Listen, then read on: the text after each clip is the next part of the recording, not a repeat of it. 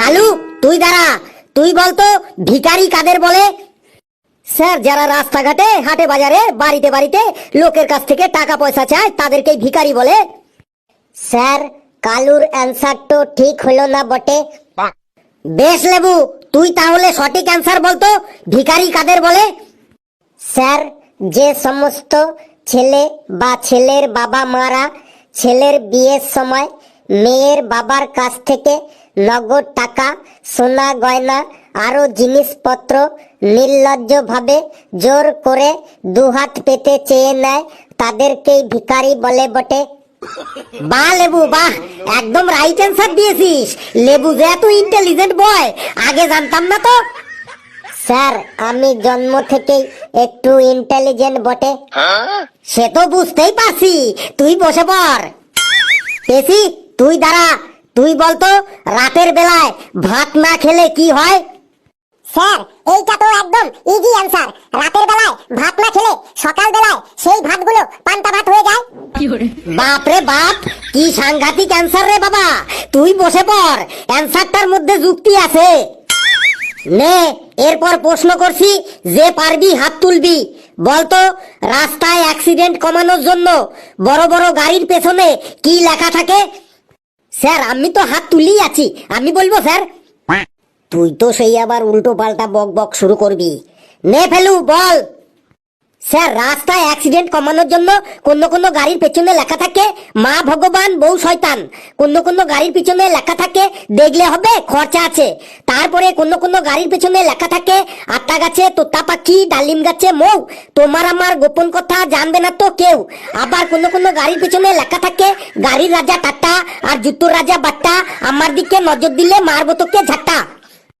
এই তোর ফালতু বক বক শুরু হলো। গাড়ির পেছনে তুই যা বললি ওই সব লেখা থাকে বলেই তো আরো বেশি করে অ্যাক্সিডেন্ট হয়। পেছনের গাড়ির ড্রাইভার ওই সামনের গাড়ির ওই লেখাগুলি পড়তে গিয়েই তো যত সব অ্যাক্সিডেন্ট গুলো হয়। স্যার, আমি বলবো অ্যাক্সিডেন্ট কমানোর জন্য গাড়ির পেছনে কি লেখা থাকে? বল হাবলু, তুই বল। স্যার, গাড়ির পেছনে লেখা থাকে সাবধানে গাড়ি চালান, জীবন বাঁচান।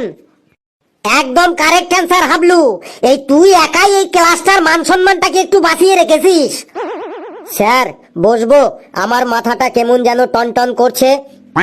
এই তোর কাহিনী শুরু হলো, মাথা টনটন পা ঝনঝন, এই শুরু হলো তোর কাহিনী। সত্যি স্যার, মাথাটা যেন কেমন টনটন করছে।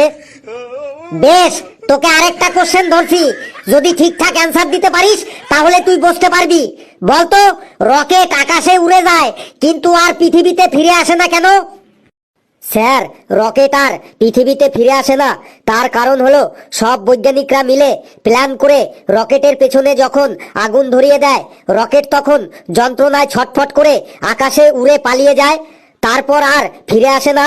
রকেট ভাবে আবার যদি আমি পৃথিবীতে ফিরে যাই তাহলে আবার যদি আমার পেছনে আগুন লাগিয়ে দেয়, সেই ভয়ে রকেট আর পৃথিবীতে ফিরে আসে না। কি বললি তুই? পেছনে আগুন লাগানোর ভয়ে রকেট আর পৃথিবীতে ফিরে আসে না? মেরে তোর ওই সামনের পোকা দাঁতগুলি আমি ফেলে দেব। তুইও ওই ফেলুর সাথে থাকতে থাকতে দিন দিন ফেলুর মতো হয়ে যাচ্ছিস।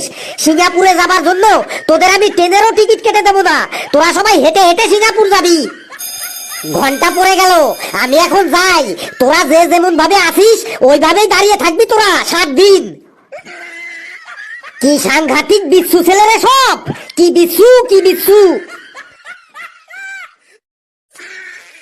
বন্ধুরা, ভিডিওটি কেমন লাগলো আপনারা কমেন্টসে জানাবেন, আর ভিডিওটি লাইক করবেন, যত পারেন শেয়ার করবেন, আর চ্যানেলটিকে সাবস্ক্রাইব করিয়ে আমাদের সাথেই থাকবেন। হাসতে থাকুন, সুস্থ থাকুন, যত বেশি হাসবেন তত বেশি সুস্থ থাকবেন। আর গাড়ির পেছনে কি কি লেখা থাকে আমি কি ভুল বলেছি আপনারাই বলুন।